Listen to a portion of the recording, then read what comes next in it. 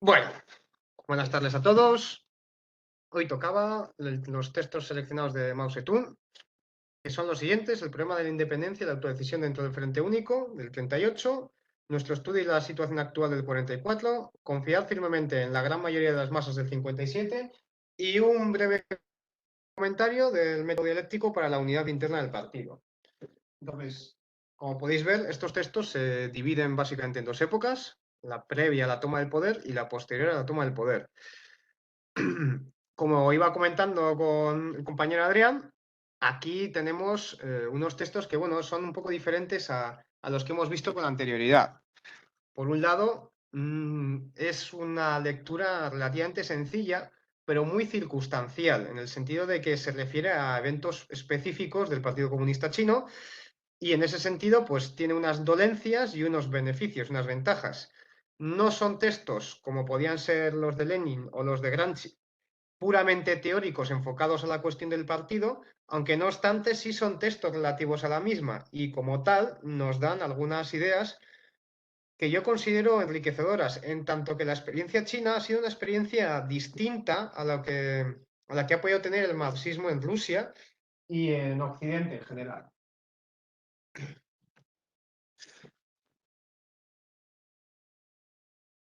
Nos dice Adrián, distinta y olvidada, efectivamente. Olvidada no por no por los camaradas chinos, evidentemente, sino olvidada por Occidente, puesto que precisamente es en China donde todavía pervive el dominio de la clase trabajadora. También lo hace en Cuba, pero la diferencia entre China y Cuba es que China avanza y Cuba, pues no. Podríamos entrar en un debate en esto, pero no compete.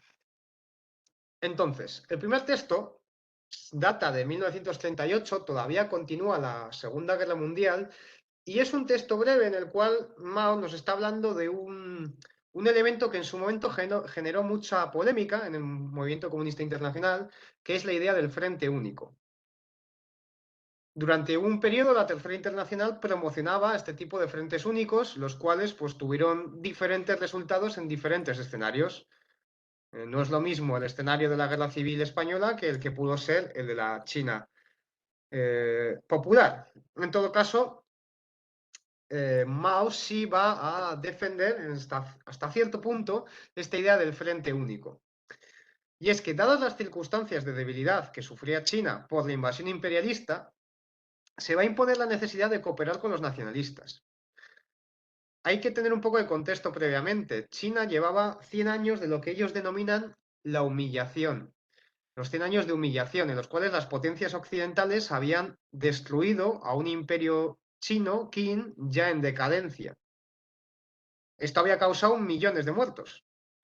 Hambruna, la proliferación de las drogas como el opio, la carencia económica, la falta de plata, literalmente plata, no dinero en sentido figurado.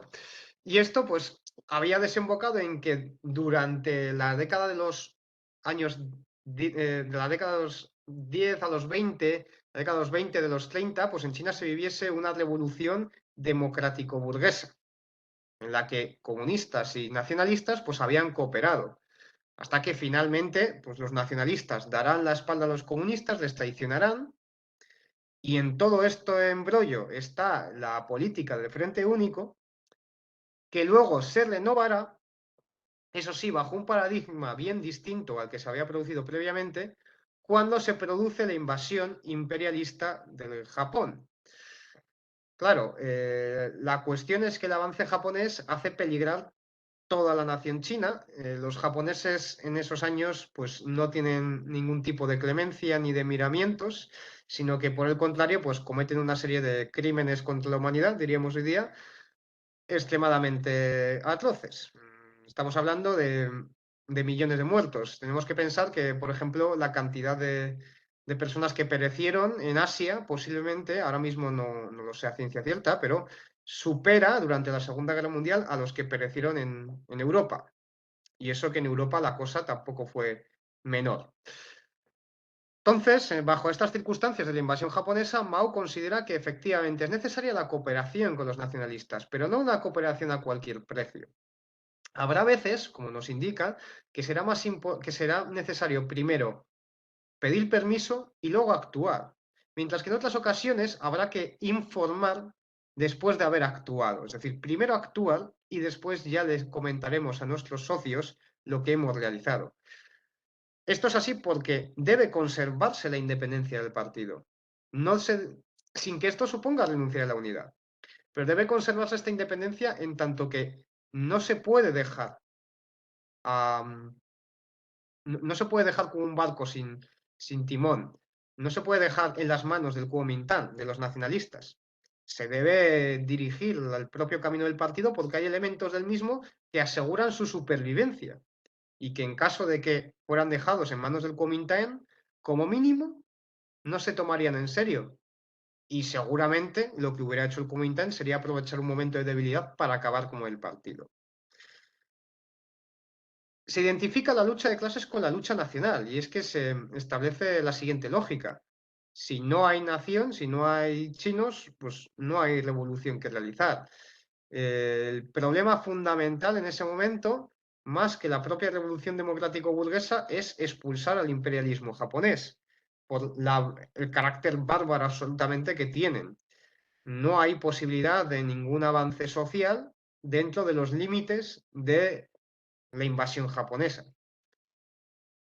Sí es cierto, no obstante, aunque esto no afecta directamente a este apartado, pero bueno, es interesante tenerlo en cuenta, que en Manchuria, el gobierno títere impuesto por los japoneses sí implementó medidas de carácter socialista que merecen nuestra atención en cuanto a planificación económica y demás. No obstante, teniendo en cuenta que Manchuria había sido arrebatada a China y a Rusia hacía ya mucho tiempo, no es el mismo escenario que el resto de territorios invadidos por los japoneses.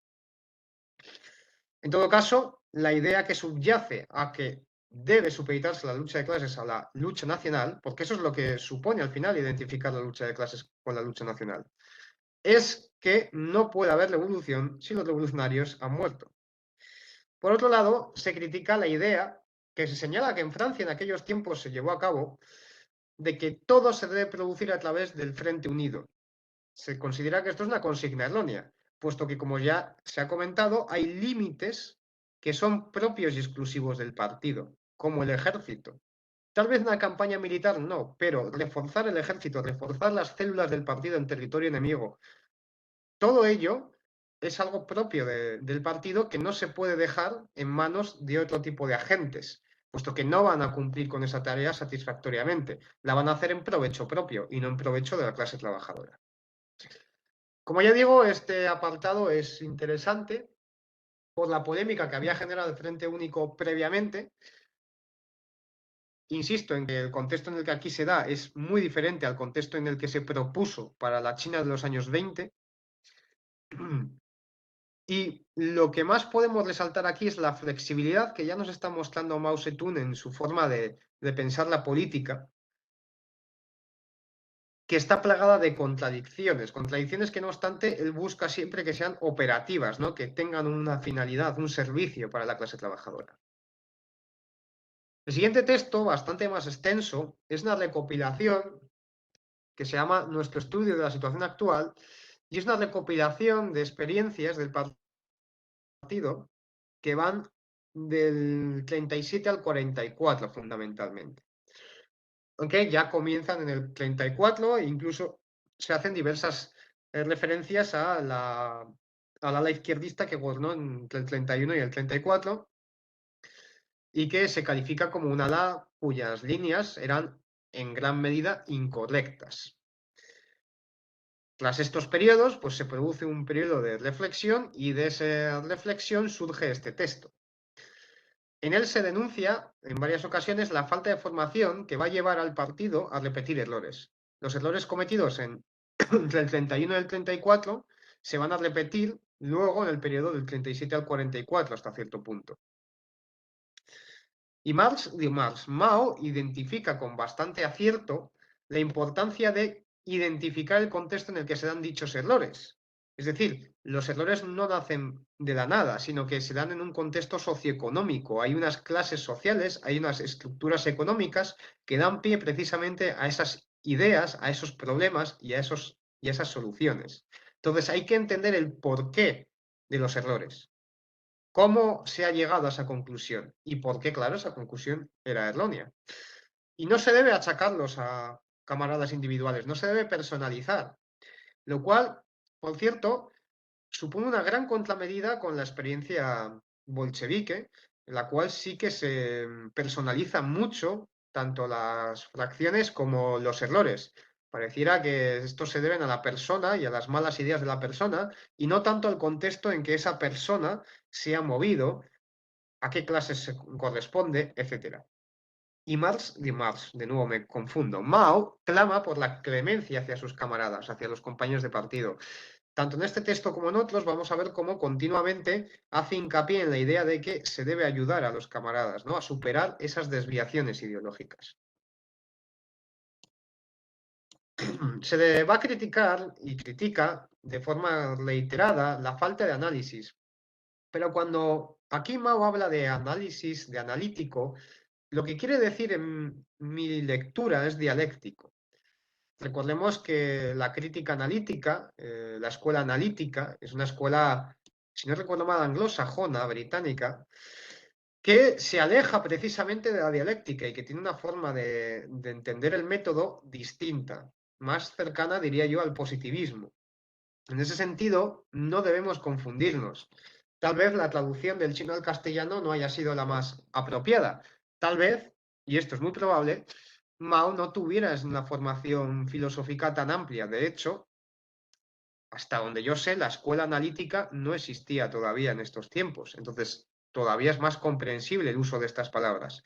Sin embargo, ahora, en el siglo XXI, debemos leerlo con más atención y darnos cuenta de que cuando está aquí hablando de análisis, de analítico, se refiere al carácter dialéctico, al estudio de los procesos, al estudio de la transformación, a la búsqueda de esa realidad que no puede ser inmediatamente observada, sino que debemos indagar, buscar las relaciones que subyacen a lo evidente para de esa forma entender el movimiento que se oculta detrás de los fenómenos. Esto es, no se pueden caer en posturas de absolutos, en posturas dogmáticas, de blanco y negro, donde unos son los buenos, otros son los malos, alguien tiene toda la razón, los otros no tienen ninguna. Posturas donde una clase siempre va a ser reaccionaria, cuando realmente pues, las circunstancias influyen mucho y existe una serie de relaciones no tan evidentes entre las clases y entre las situaciones que nos pueden dar pues, análisis diferentes con soluciones diferentes. Entonces, esto es en lo que hace hincapié Mao, criticando abundantemente estas posturas de superioridad moral, ¿no? De creerse más de lo que uno es, que se daban en su partido y que daban lugar a errores. También posturas dogmáticas, ¿no? De falta de análisis, partiendo de análisis mecánicos, en los cuales 1 más 1 es 2 y no hay debate sobre ello. Bueno, pues la política no son matemáticas, no es una ciencia exacta y en ese sentido, pues no siempre se sirve la misma fórmula. Entonces, esto lo critica con bastante abundancia Mao. Y señala que los ultraizquierdistas, que son los que van a estar dominando este periodo, no solamente carecen de análisis suficiente, ¿no? de un proceso dialéctico apropiado, sino que además, pues esto se va a transmitir en circunstancias políticas como una dureza excesiva hacia los terratenientes. No lo dice con toda la claridad del mundo, pero yo entiendo que a lo que se está refiriendo específicamente es que a la hora de atacar con exceso a los terratenientes y otros segmentos de la burguesía agrícola, lo que se está haciendo es identificar correctamente a un enemigo político, pero lanzar una ofensiva política en el momento inapropiado, puesto que el proceso de cambio de la propiedad y la producción en el campo tiene unas implicaciones, tiene unos costes y tiene unos tiempos. Y en plena invasión japonesa, dedicarse a la repartición de tierras a gran escala y a la eliminación del terrateniente, al final lo que puede desembocar es en lo que desembocó la colectivización en la Unión Soviética, a una caída brutal de la productividad, puesto que aquellos que sabían manejar de forma técnica los campos han sido eliminados, de forma tal que quien ahora toma ese papel, esa función productiva, no está tan capacitado. No por una cuestión de que no pueda estar tan capacitado, no porque su clase social sea incapaz de liderar ese sector de la producción, sino simple y llanamente porque requiere un tiempo. Y no se cuenta con ese tiempo en la invasión japonesa. Lo que se necesita en el momento es que sigan llegando el grano al ejército, sigan llegando sus impuestos en especie para poder mantener toda la lucha popular contra el enemigo imperialista. Y es que además, estos tiempos, como ya venía siendo previamente los años 20, esta es una revolución democrática, todavía no es una revolución socialista. Entonces, todavía se está combatiendo contra los aspectos feudales, contra el imperialismo. Por lo tanto, hay un mayor margen de maniobra a la hora de establecer alianzas pues, con segmentos de la clase burguesa.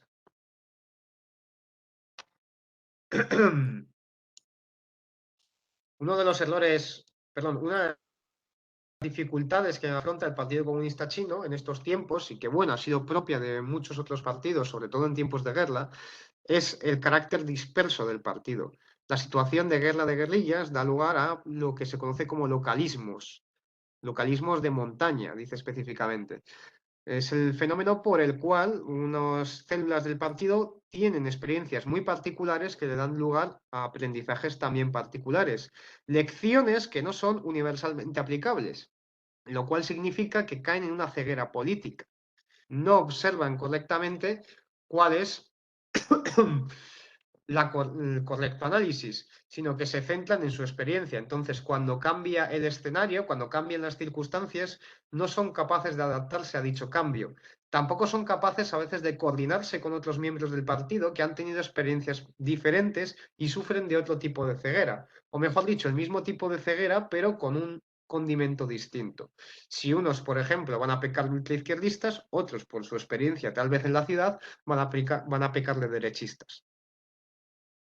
Esto solo puede solventarlo, va a concluir Mao, la formación, lo cual, pues de nuevo, coincide con lo que hemos visto en Lenin y en Gramsci. Es fundamental el papel de la elevación de la conciencia política. No solamente es importante, como ya ha señalado Mao, no, las condiciones en que se trabaja, las condiciones en que se forja una mentalidad, las condiciones en que se enfrenta un problema, ¿no? Sino también es importante, una vez entendidas dichas condiciones, es decir, una vez realizado el análisis dialéctico, pues adoptar, digamos, una conciencia histórica propia del progreso, propia de la clase trabajadora. Entonces, para esto último es fundamental la formación que nos ayude a superar el espontaneísmo, es decir, a tener una visión de conjunto, a superar esos localismos, ese análisis, digamos, limitado. Mao señala que existen tres periodos en esta época que analiza que tienen una importancia de cara a la experiencia del partido. Un periodo es el periodo de ascenso, que va del 37 al 40, otro de retroceso y aprendizaje, que va del 41 al 42, y por último un nuevo ascenso del 43 al 44 años en el que se escribe esto. En un primer momento, las fuerzas japonesas van a concentrar sus esfuerzos contra el Kuomintang.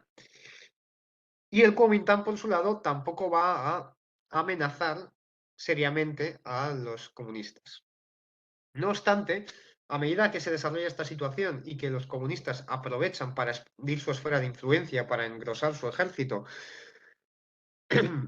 para alcanzar mayores cuotas de control de territorio, pues los japoneses les van a identificar como el verdadero enemigo. En concreto, se va a producir una ofensiva del Partido Comunista Chino que va a conseguir algunas ganancias, pero que en última instancia va a ser seguida por ofensivas del imperialismo japonés que va a recuperar el terreno perdido, mientras el Kuomintang se cruza de brazos y ve cómo comunistas y imperialistas se desangran los unos a los otros. Aquí ya los imperialistas han identificado al Partido Comunista Chino como la verdadera amenaza. Mientras tanto, el Kuomintang no solamente no va a apoyar en muchos casos al Partido Comunista Chino, sino que va a desarrollar al menos hasta 2 campañas anticomunistas en las cuales pues, va a luchar contra las fuerzas del Partido Comunista Chino. A pesar de esta experiencia negativa con el Kuomintang, Mao Zedong va a seguir defendiendo la cooperación. Y es que así consideraba que debía ser en el marco general de la lucha antiimperialista. Esta cooperación va a continuar. De hecho, se va a hablar de unidades heterogéneas del Kuomintang y el Partido Comunista Chino que van a operar con mayor éxito que las unidades exclusivamente conformadas por el Kuomintang. ¿Cuál es la lección que saca Mao Zedong de esta situación en la cual, en el periodo de retroceso, en el final del periodo de ascenso y durante todo el periodo de retroceso, es que la difícil situación militar y política que va a afrontar el Partido Comunista lo va a preparar de cara al futuro? Va a hacer que, por peligro a desaparecer, tenga que fomentar la caridad frente a la calidad, tendrá que centrarse en sobrevivir y que evidentemente lo que sobreviva lo haga en unas condiciones aceptables. A medida que pasa el tiempo y se acumulan las experiencias, se mejora evidentemente la capacidad de combate, la capacidad ideológica y la capacidad de organizar un territorio y un gobierno. Lo contrario, indica Mao, le va a suceder al Kuomintang. Su inactividad no la va a aprovechar para formarse, para mejorar su situación, sino que la va a desperdiciar y en el momento de las ofensivas japonesas se va a desmoronar. Pasaríamos ahora al tercer texto. Me vais a perdonar, voy por un vaso de agua. Ahora vuelvo.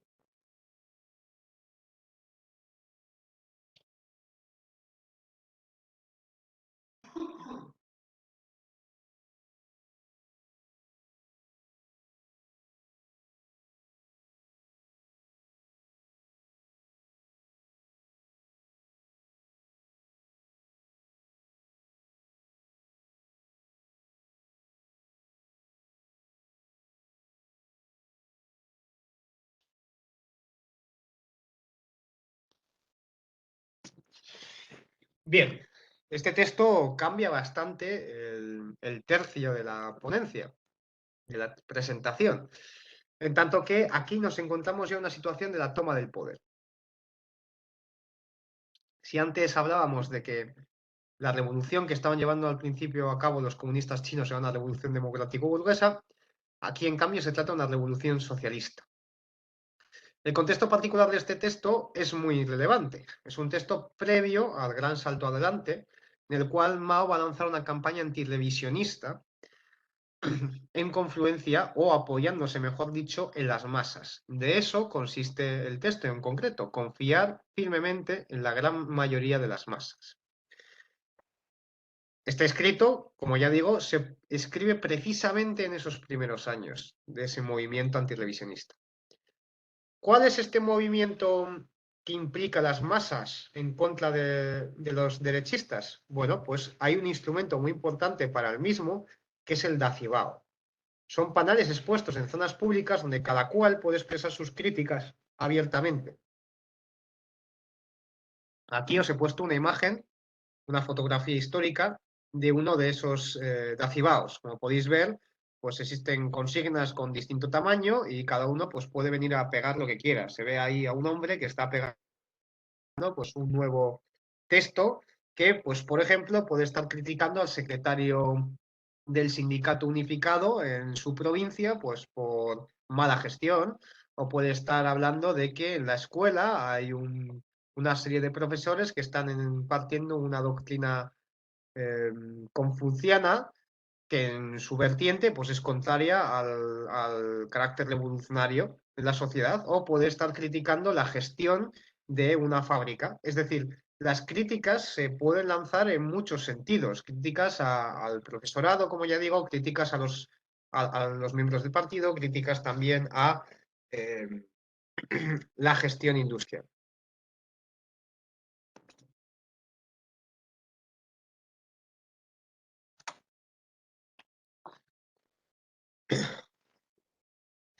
De nuevo aquí la cuestión de que las ideas y las clases nacen de su sustento material. Durante la guerra, el Partido Comunista Chino vivía de los campesinos directamente. no controlaba casi ciudades y carecía en gran medida de recursos.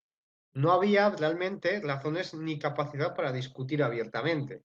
En tiempos de guerra, la capacidad para debatir es menor. Además, si no se gestionan recursos, no se gestionan las ciudades y se vive en una estrecha vinculación con las masas campesinas en este caso, los problemas políticos pues, son menores. Hay menor probabilidad de que aparezcan desviaciones de derecha, por ejemplo. Hay menor probabilidad de que exista una corrupción. En estas circunstancias no existía una necesidad para este tipo de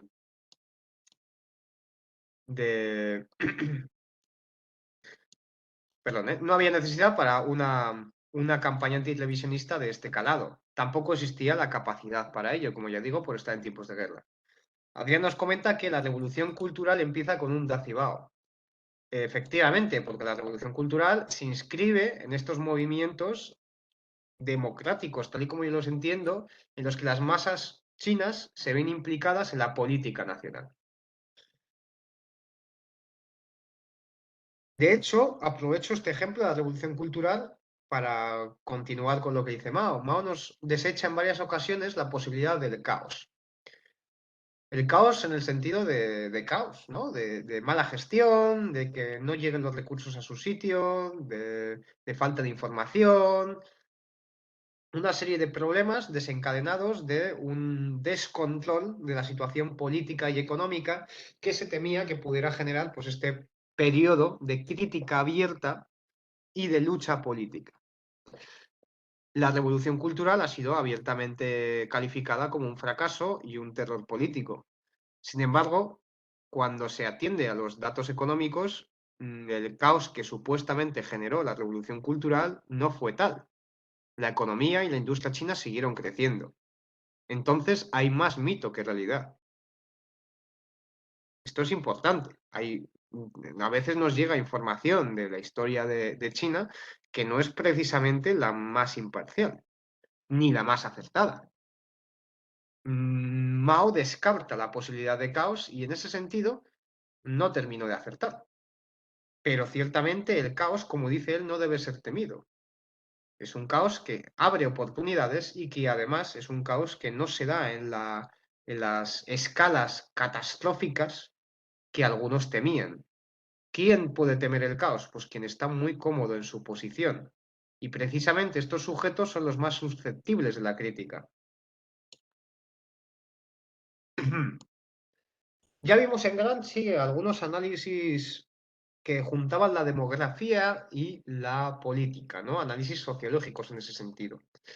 Aquí Maus pues repite lo mismo y nos explica que se debe confiar en el pueblo, en las masas, en tanto que ellos han hecho unos cálculos y consideran que el 90% de la población pues son campesinos pobres o algo acomodados, mm, población urbana proletaria, algunos funcionarios, y que la burguesía, pequeños burgueses, grandes burgueses, campesinos ricos, solo representan un 10% de la población.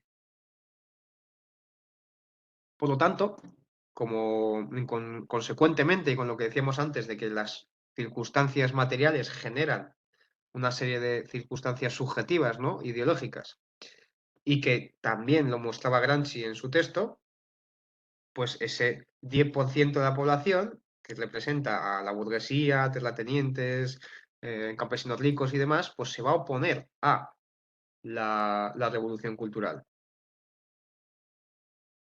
Entonces, Mao nos dice, de un 90% de la población, de un 100%, de un 100% de la población, el 90% apoya el socialismo. El 10% restante, de ese 10% restante, solo un 2% es insalvable, es decir, no se puede de ninguna manera corregir. El 8% que queda, de ese 10%, aquí pone 85, pero está mal.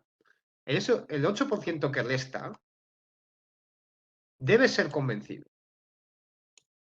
Y nos dice además, muy interesante este punto, ese 2% representa a la población china 2 millones de habitantes. Es decir, no es una cantidad de población despreciable, es bastante gente. Pero no representan un peligro en tanto en cuanto a día de hoy están diseminados y dispersados por el país, están desorganizados. Entonces, Este elemento cualitativo es muy relevante. Y lo mismo sirve para la clase trabajadora. Una clase trabajadora que no representa un gran porcentaje de la población, pero está cualitativamente bien preparada, es decir, está organizada, tiene claras sus ideas, es mucho más peligrosa, aunque solo sea un 10% de la población, que un 30% de campesinos que no tienen organización ni tienen esa conciencia política. Nos dice Mao, en la página 22 de este PDF que os he mandado, la derecha resiste, el centro se somete a medias. La idea es que la derecha es insalvable, esa derecha reaccionaria se entiende. El centro, en cambio, se puede someter, se puede convencer, aunque a veces es a medias. Esto de a medias es muy relevante porque cuando está hablando de que el 90% apoya el socialismo, es bastante optimista. A saber, realmente, cuando se pone a hablar de los campesinos acomodados, recoge un poco cable, que diríamos hoy día, echa un poco para atrás esta idea y nos dice, de los que apoyan el socialismo, entre los campesinos acomodados, solo un 40% lo hace activamente. Otro 40%, digamos que se somete a medias, vacila. Y un 20% de ellos directamente se opone. Yo digo que esto es extensible a otros grupos sociales, es decir, que esto también pasa con los intelectuales, esto pasa también con, con a los pequeños burgueses, etcétera.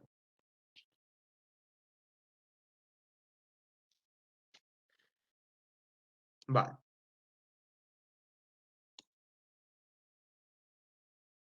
Otra cuestión relevante que señala es que a la hora de realizar estas críticas no se puede producir a nivel local, sino que deben darse a todos los niveles. Es decir, las críticas que solo se producen a nivel local pues podrán solucionar cuestiones muy específicas, pero no podrán dar solución a problemas estructurales, problemas esenciales. Por ejemplo, poder solucionar la gestión de los turnos en una fábrica para que sean más eficaces y los trabajadores cuenten con descansos adecuados. Pero no vas a poder resolver problemas a nivel nacional, como puede ser la extensión del mercado de trabajo capitalista en la China comunista, que es precisamente ese es el fundamento principal que da lugar a este movimiento antirevisionista. El avance del mercado laboral capitalista, la existencia de asalariados dentro de el socialismo chino en esos años. Esto es algo que en este texto, precisamente en este, se comenta de pasada, muy de perfil, pero creo que es así en tanto que quien lo fomenta es Liu Shaoqi, que era en aquel momento, si no recuerdo mal, presidente de la República. Entonces, la crítica es un tanto velada, posiblemente más adelante la crítica fuera más abierta. Aquí se mencionan algunos miembros de la intelectualidad china como derechistas que deben ser corregidos y eventualmente incluso, aunque más adelante llegaremos a ello, pues deben ser castigados en mayor o menor medida. No obstante, Mao pues, dedica unas cuantas páginas a hablarnos de los intelectuales. Nos dice que todo régimen debe tener intelectuales, el socialista incluido. El socialista debe incorporar a los intelectuales de la burguesía, pero sobre todo debe crear intelectuales del proletariado. Un intelectual proletario no es una persona que teniendo un trabajo intelectual está afiliado al sindicato. Afiliarte al sindicato no te hace más revolucionario. Lo hace tu compromiso, tu capacidad, tu clarividencia con respecto al papel histórico. Entonces no basta con autocalificarse como rojo. ¿No? Como comentan estas páginas. Es necesario tener intelectuales para de esa forma no solamente desarrollar correctamente la vida productiva, sino, por supuesto, la vida ideológica del partido y de la sociedad.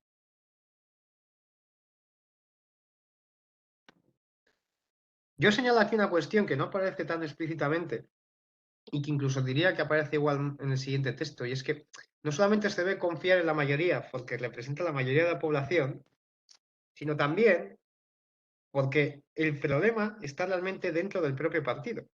Es decir, el carácter derechista más peligroso no se encuentra en segmentos de la burguesía que no tienen influencia o que tienen una influencia limitada en las ciudades, sino se encuentra fundamentalmente en segmentos del partido que sí tienen una influencia política real. Por último, en las páginas 23 a la 24, vemos cómo hay cierta influencia del taoísmo, diría yo. Yo lo he manifestado con la frase siempre habrá gente así, en el artículo, en la página 24. Lo que está aquí diciendo Mao es que parece ser que siempre va a existir esa, vamos a decir, relación dual entre tesis y antítesis, entre A y B. Siempre va a haber derecha y siempre va a haber izquierda, siempre va a haber proletariado y siempre va a haber burguesía. Y por lo tanto, aunque el objetivo es conquistar el centro, o mejor dicho, convencer al centro, siempre va a haber elementos que no van a poder ser convencidos. Yo creo que esto muestra un poco esa imprenta que tiene el taoísmo en Mao, y que demuestra que su conocimiento de la dialéctica pues, no era todo lo bueno que hubiéramos podido desear, ¿no? No era todo lo profundo que hubiéramos podido imaginar. Y es que, como ya se ve en otros textos, pues Mao no termina de tragar con la idea de la superación de la contradicción. Entonces, aquí el hecho de que no conciba que pueda haber una sociedad en la cual no existan condiciones económicas para generar, digamos, para generar clases contrarrevolucionarias absolutamente, ¿no? Pues clases burguesas, pues da que pensar que no termina de ver cómo el socialismo puede avanzar en ese sentido superador, dando, vamos a decir, patada a ese tipo de relaciones sociales que generan ese tipo de visiones contrarrevolucionarias. Lo cual no quita que evidentemente él tenga razón, en tanto que, pues, a día de hoy siguen existiendo un yin y el yang, es decir, dos segmentos enfrentados de la población, que debe lidiarse con ello, ¿no? Debe encontrarse la forma de gestionar. Entonces, como decía anteriormente, y como aquí menciona brevemente Mao, es que él lo que teme es la vuelta del libre mercado, ¿no? Después de haber hecho la revolución, de haber gastado tanta sangre, que porque dentro del partido, Liu Shaoqi y otros, no solo Liu Shaoqi, evidentemente, porque dentro del partido algunos elementos fomenten políticas de libre mercado, pues se pueda suprimir la revolución proletaria. Y es que nos dice que esta busca eliminar la pequeña y gran propiedad, la pequeña y gran burguesía, en favor de la propiedad estatal y colectiva. Interesante, ¿no? El hecho de que, por un lado, se ascribe a la mentalidad estalinista de vamos directamente a pasar a una propiedad absolutamente socialista, ya sea estatal o colectiva. Interesante que reconozca la diferencia entre la propiedad del Estado de todos y la propiedad colectiva, es decir, de las comunas o colectividades.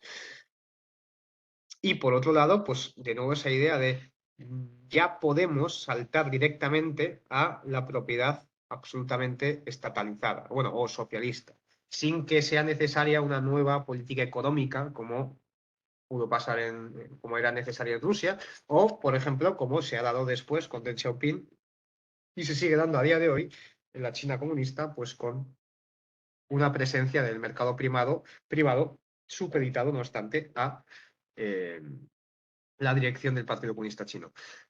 Una puntualización aquí, ni en la Unión Soviética, ni en Cuba, ni en China en ningún momento se ha conseguido eliminar completamente la propiedad privada. ¿Vale? Esto debe mantenerse en cuenta. Sí que es cierto que se dejó bastante limitada tanto en la Unión Soviética como en la China de Mao. Es decir, estaban bastante restringida, no restringida ya legalmente, sino restringida en la práctica, ¿no? En que su existencia pues era bastante, no voy a decir anecdótica, pero sí muy escasa. ¿Qué es lo que igual interesa más aquí de cara al partido y de cara a la experiencia china? Pues la idea de que nos presenta Mao de esta rectificación, de estas campañas antirrevisionistas como algo periódico, que dice que se puede hacer, o se debería, mejor dicho, hacer una vez al año, y cuya duración debería ser de un mes, y en algún punto llega a decir que un mes o dos.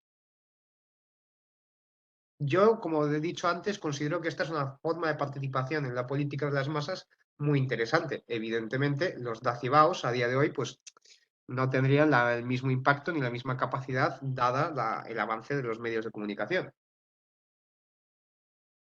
pero bueno, sigue siendo una proposición interesante.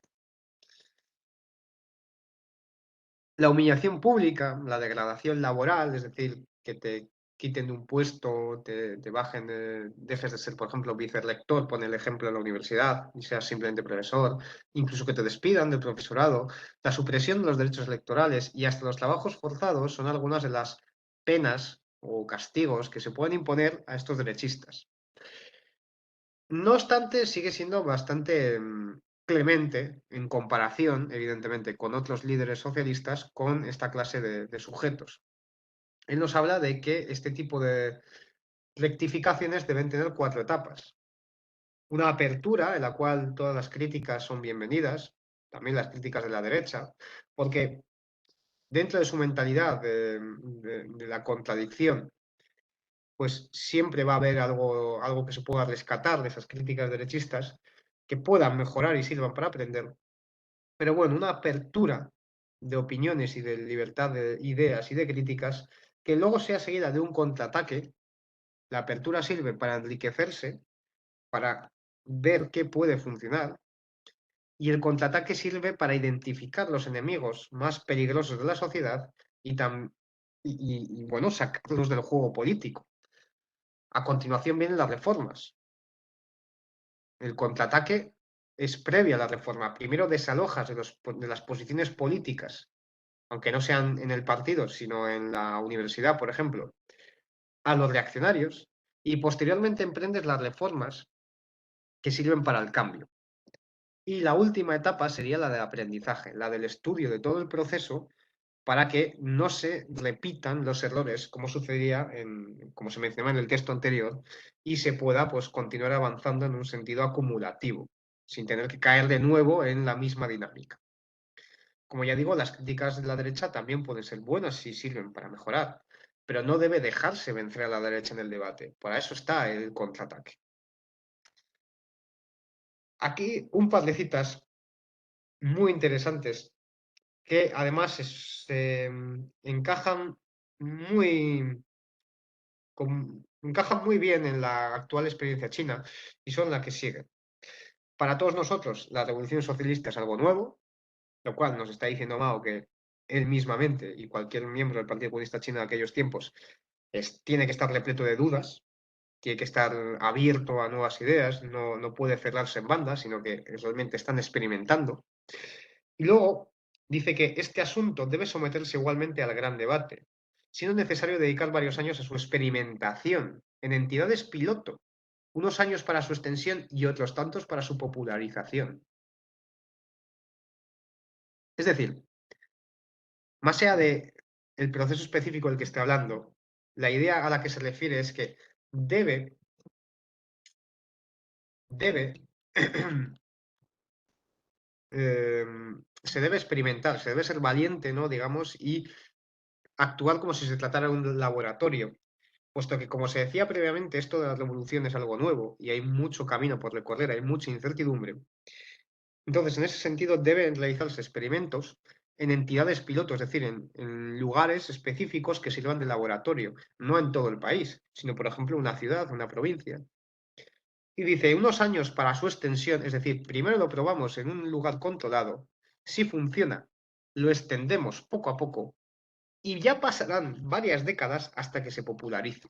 Entonces, ojo, es un proceso lento que casualmente ha sido precisamente el que se siguió durante la reforma de Deng Xiaoping y el que se ha seguido aplicando para distintas reformas que se han dado en el modelo económico y social de China en las distintas provincias, ¿no? Y en el país y que se sigue aplicando a día de hoy. Entonces, pues, por ejemplo, esto es una realidad que los camaradas chinos tienen muy presente.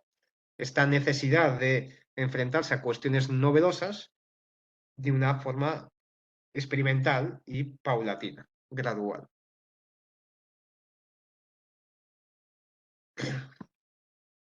Vale. De esta forma llegaremos al último texto, que es una intervención de Mao Zedong en una conferencia de partidos comunistas en Moscú en el año 57, en el mismo año en el que se trabaja, bueno, en el que se presenta el texto anterior. Aquí tenemos que Mao pues clama en varias ocasiones por la importancia de la unidad del partido. Ojo, la unidad del partido. Y no la unidad entendida en un sentido monolítico, sino que precisamente va a criticar la idea del partido monolítico, diciendo que es idealista, ¿no? Es una idea metafísica. Entonces, nos habla del método dialéctico frente al metafísico, a la unidad de los contrarios, frente a esa idea metafísica de un partido monolítico, que no es posible. No es posible porque siempre va a haber unas contradicciones que van a afectar también, ¿no?, al seno del partido. Y incide en esta idea de ayudar a los camaradas para suprimir sus desviaciones. Entonces, dentro del partido no van a tener esas contradicciones, no va a ser monolítico, y aunque haya que ayudar a los camaradas, pues va a haber algunos que van a ser incurables, ¿no? Como ese 2% de la población que siempre va a estar enfrentado al socialismo. Él pone el ejemplo de Trotsky, pone los ejemplos de camaradas chinos que los identifica como incurables por ser saboteadores del sistema. El objetivo de la lucha va a ser preservar los principios, el de la unidad, el de ayudar a los camaradas, el de ser flexibles y alcanzar compromisos. Para él, estos son dos contrarios, la lucha y el compromiso, la unidad y la discusión interna.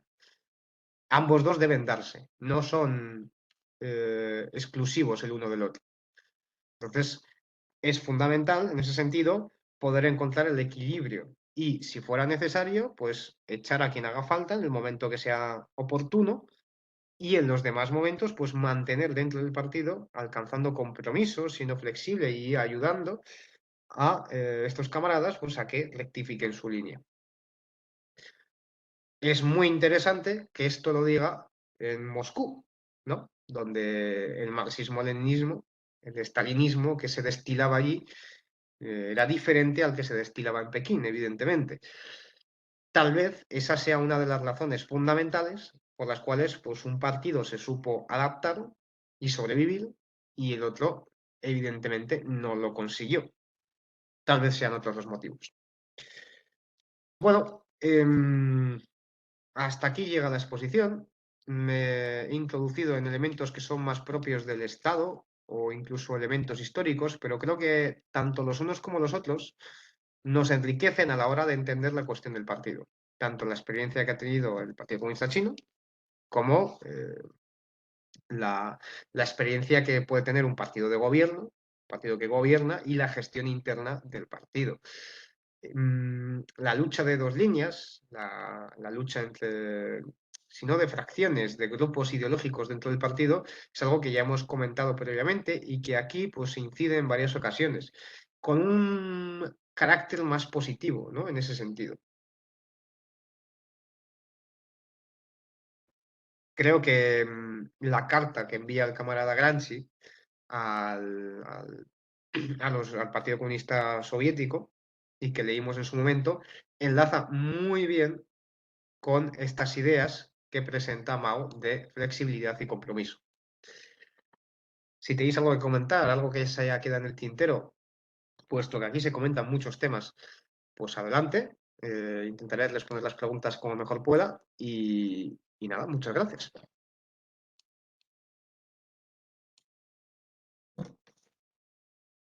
Gracias, Víctor, por la exposición. Yo tengo bastantes cosas y aprovechando que estamos pocos, pues igual las comentamos la mayoría. Bueno, en principio, primero de todo, una cosilla que no la tengo apuntada, pero bueno, vista la exposición, pues alguna cosa sí que quiero decir al respecto, porque Víctor evidentemente no tiene ninguna reserva en considerarse pro-chino no quiero decir pro-maoísta de los años 60, sino pro-chino de la actualidad. Yo tampoco tengo ninguna reserva en decir que estoy completamente en contra de su opinión.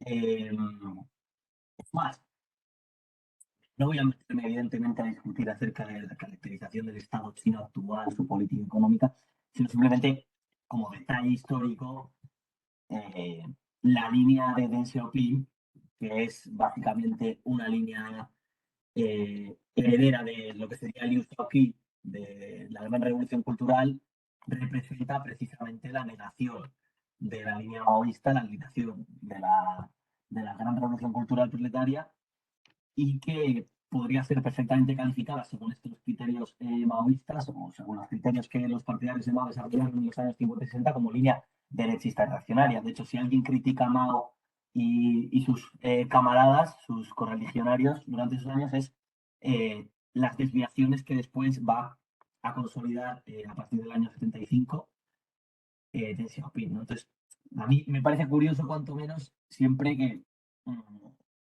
digamos, los partidarios de la actual China, que yo considero una China reaccionaria, una China capitalista, pues vean como figuras históricas rescatables a Mao y a su grupo. Que hoy en día más bien parece algo así como una figura que únicamente encarna algo así como la unidad de China, una especie de estatua de granito, pero que realmente en cuanto a postulados ideológicos y todo lo que representó la lucha contra el derechismo, la lucha por la revolución socialista, etcétera, yo de verdad es que no encuentro unos puntos de encuentro muy claros, ¿no? Eso, bueno, si quieres comenta, si tienes algo que responderme, ya luego voy con otras cosas que no son tanto de debate, sino más de comentarios que tengo del texto. Sí, sí, te voy a responder. ¿Me oyes, no? Perfectamente. Vale. Bueno, en primer lugar, por aclarar, la razón por la que yo creo que lo apropiado es el prochino a día de hoy es porque han sabido mantener el control del gobierno y en ese sentido suplir su papel histórico. Y de hecho esto se reafirma en la medida en que en las últimas décadas ha sido bastante, bueno, sí, en algunos aspectos, en algunos campos bastante evidentes, en otros no tanto, el avance del socialismo y la retirada del mercado privado, ¿vale? Es decir, en las últimas 2 décadas hemos visto con bastante claridad cómo ha avanzado el control económico socialista y la industria socialista en detrimento de el mercado privado. No obstante, tienes tu razón, o considero que tienes tu razón. La verdad es que es una duda que tengo y que seguramente nosotros no podamos resolver satisfactoriamente. Es qué es lo que pasó con la facción Xiaoping, del Xiaoping, cuál es su encaje histórico en todo esto. A saber, lo cierto es que parece que se confirma la parte más taoísta del análisis de Mao en cuanto al partido y el gobierno por la cual, según comenta en algún punto, pues derecha e izquierda se turnarán. Entonces, de acuerdo con esta visión, en mi opinión, no del todo dialéctica, se cumple, porque primero Mao recupera el poder o lo reafirma con esta campaña antirrevisionista en el 57, después lo pierde tras el fracaso del Gran Salto Adelante, que bueno, aquí casualmente se mencionan las 4 plagas, una de ellas los gorriones, lo cual demuestra que los conocimientos que tenían los comunistas chinos en algunos campos de la técnica agrícola pues no eran muy buenos y en parte explica el fracaso del Gran Salto Adelante, que bueno, hay más razones. Pero bueno, pierde el control después del Gran Salto Adelante por el fracaso, lo vuelve a recuperar durante la Revolución Cultural y finalmente lo pierde tras la misma básicamente porque fallece y quienes son herederos de la revolución, de su sección, de su facción, pues no mantienen, digamos, el partido unido. Y ahí es donde entra Deng Xiaoping, que tal vez se puede interpretar precisamente como una de estas facciones derechistas que aquí está criticando, un seguidor de Liu Shaoqi, ¿vale? Que por lo tanto, pues es en buena medida podemos considerar un reaccionario. Pero no se pierde el control del Estado, ni del gobierno ni de la economía. Entonces sí se desarrolla un mercado capitalista, pero se mantiene ese control. ¿Qué es lo que estamos viendo ahora y específicamente con Deng Xiaoping, con Xi Jinping, perdón, de una forma más clara y fuerte? Que existe una redirección hacia el carácter estatal de la economía china y de la sociedad china. Creo que bien puede ser que Deng Xiaoping represente a un reaccionario, aunque es un reaccionario del que podemos aprender, ¿vale? Es un reaccionario del que podemos aprender mucho, porque como dirían los estadounidenses de sus operativos de la contra en Latinoamérica, son unos hijos de puta, pero son nuestros hijos de puta. Se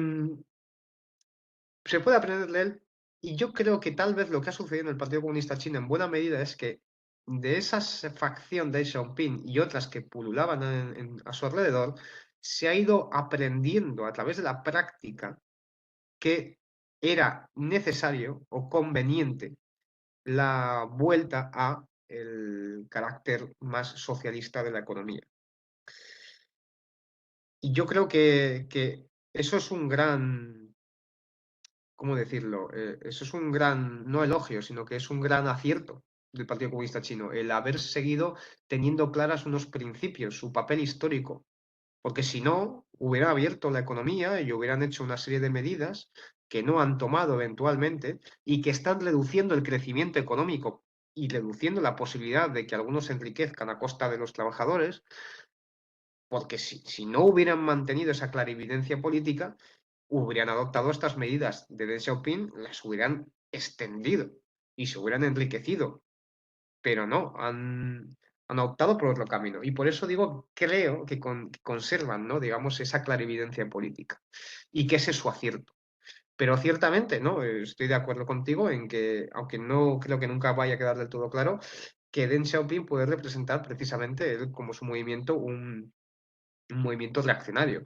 Y hay quien, por lo menos, presenta la idea, Michael Roberts, de que no podemos, como mínimo, decir que el éxito de la economía china sea debido a, perdón, no se hubiera alcanzado mediante unos mecanismos de economía socialista. Es decir, tal vez con algunas reformas, pero manteniendo el camino que había forjado Mao, se hubiera llegado a este nivel de desarrollo. Es lo que algunos argumentan, incluso más desarrollo.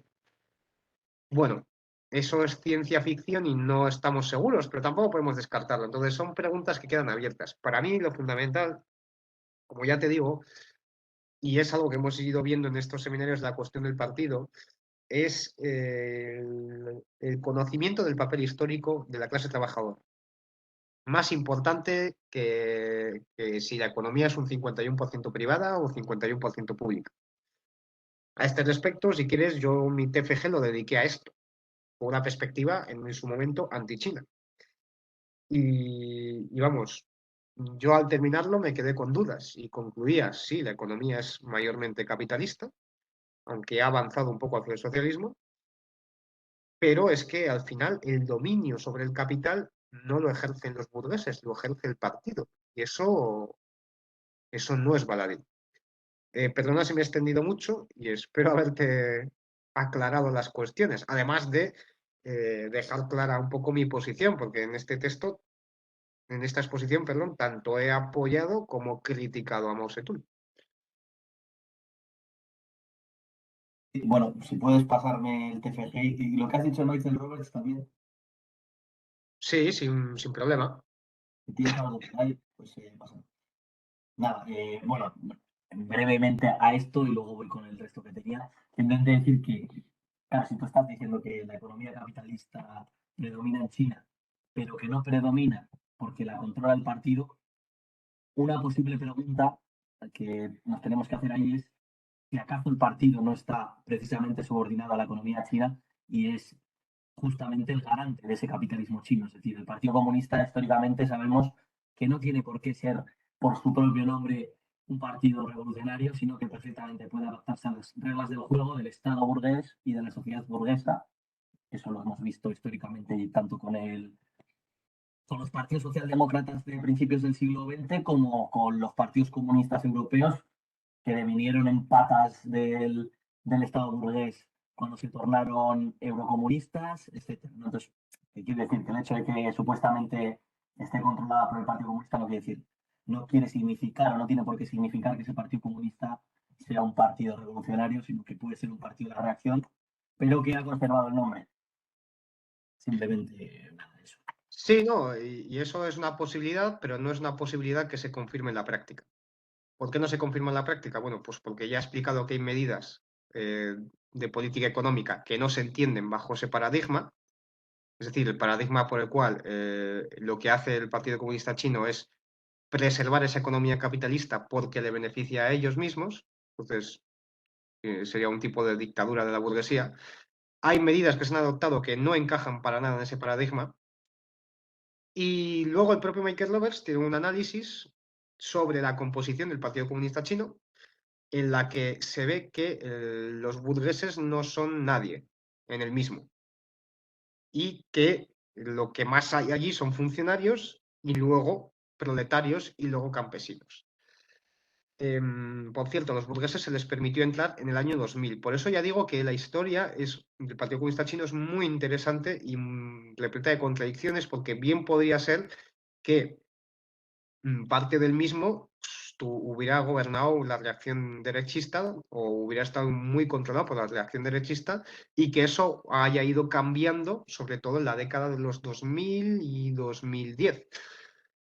Siendo esto así, pues porque han identificado una serie de contradicciones que estaba viviendo el país y el partido, que no eran apropiadas no eran lo que ellos pues se marcaban en sus principios políticos. Creo que la formación del partido pues tiene un papel muy importante que jugar en ser capaz de, digamos, estar entre esas dos aguas. Vamos, yo lo que te digo, creo que no hay razones para pensar que el partido está supeditado a la economía, sino todo lo contrario, absolutamente todo lo contrario. Y yo creo que lo fundamental, además, es diferenciar al régimen capitalista dictatorial mediocre, y es una dictadura porque es un régimen de un capitalismo poco desarrollado, como puede ser Irán, o como puede ser Angola, o puede ser Venezuela en cierta medida, en el cual el Estado es un Estado parasitario que vive de, si no son recursos naturales, vive de ingresos a través de la explotación de su población, y sus élites se dedican a mantener el control político y por lo tanto están incluso dispuestas a sacrificar parte de la economía o el progreso económico con tal de mantenerse ellos en el poder. Creo que no es el caso aplicable al sistema chino.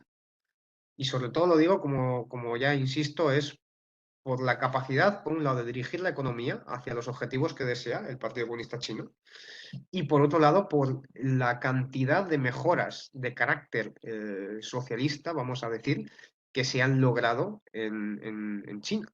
Y me estoy hablando de educación, de sanidad, etcétera.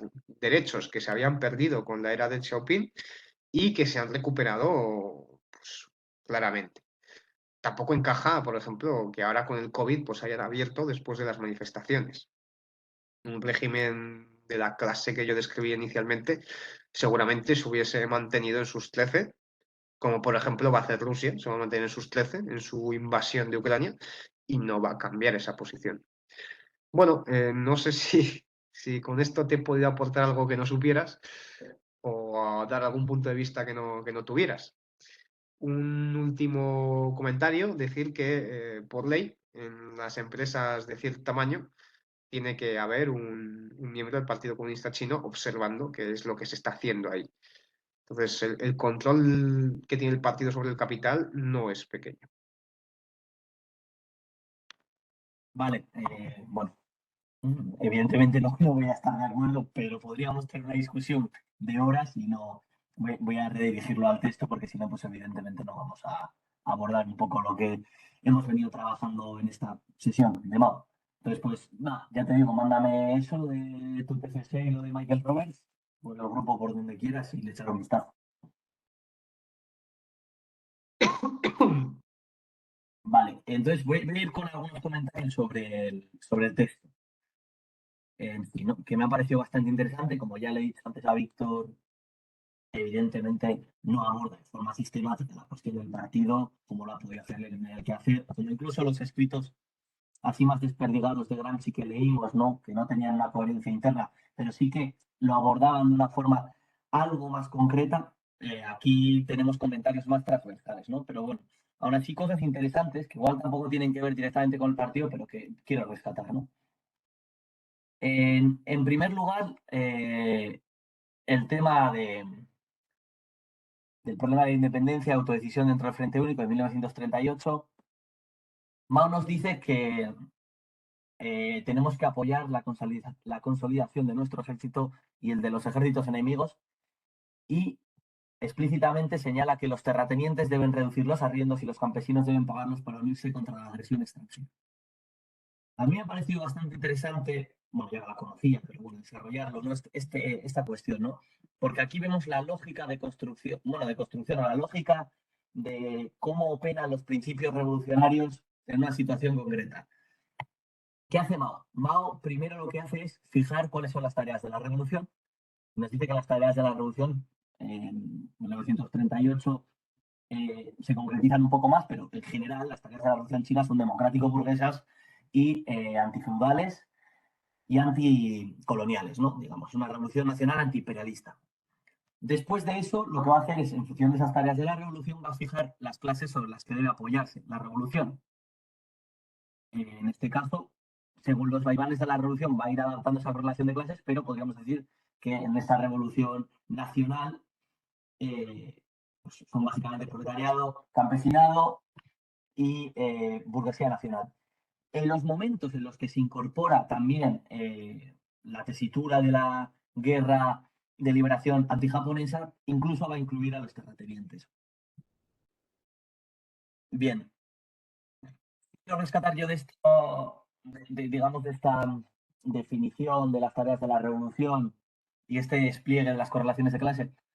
Yo quiero subrayar que aquí lo que hace Mao básicamente es, como decía Gramsci al criticar también en la anterior sesión a la oposición de izquierdas, es mostrar una opinión muy contraria siempre al particularismo de clase. Entender la clase siempre como una relación social, entender que nuestro objetivo no es simplemente la mejora de las condiciones económicas del proletariado, no es eh, convertir al proletariado en una clase corporativa cuya defensa, de cuyos intereses inmediatos debamos hacernos cargo nosotros, sino que el objetivo del Partido Comunista básicamente, el objetivo universal sería únicamente uno y sería el avance de la revolución.